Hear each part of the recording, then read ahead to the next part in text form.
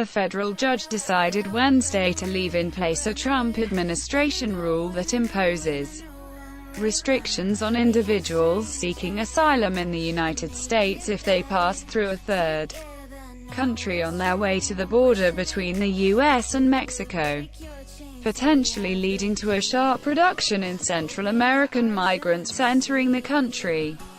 The rule, published in the Federal Register last week, requires people seeking asylum to first apply in one of the countries they pass through on their way to the U.S.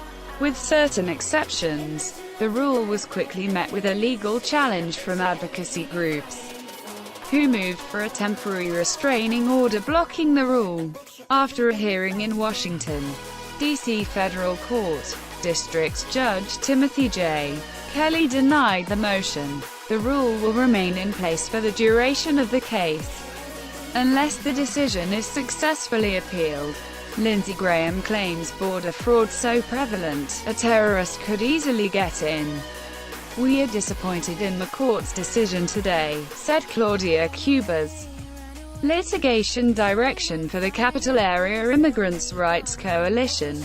Kelly, who was appointed to the bench by President Trump, said the immigrant advocate groups who filed the lawsuit did not show that their work would be irreparably harmed if the policy moved forward.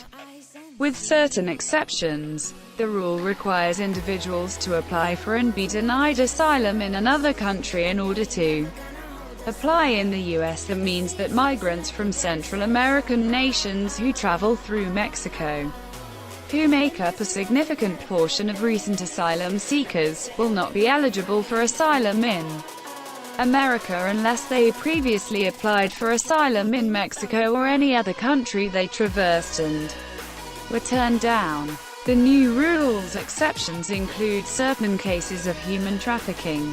The rule is meant to crack down on asylum seekers coming to the U.S. more for economic reasons than to escape persecution in their home countries.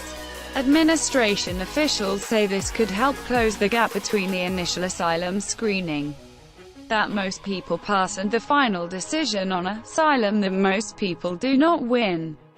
The goal in part is to allow quicker determinations in these cases.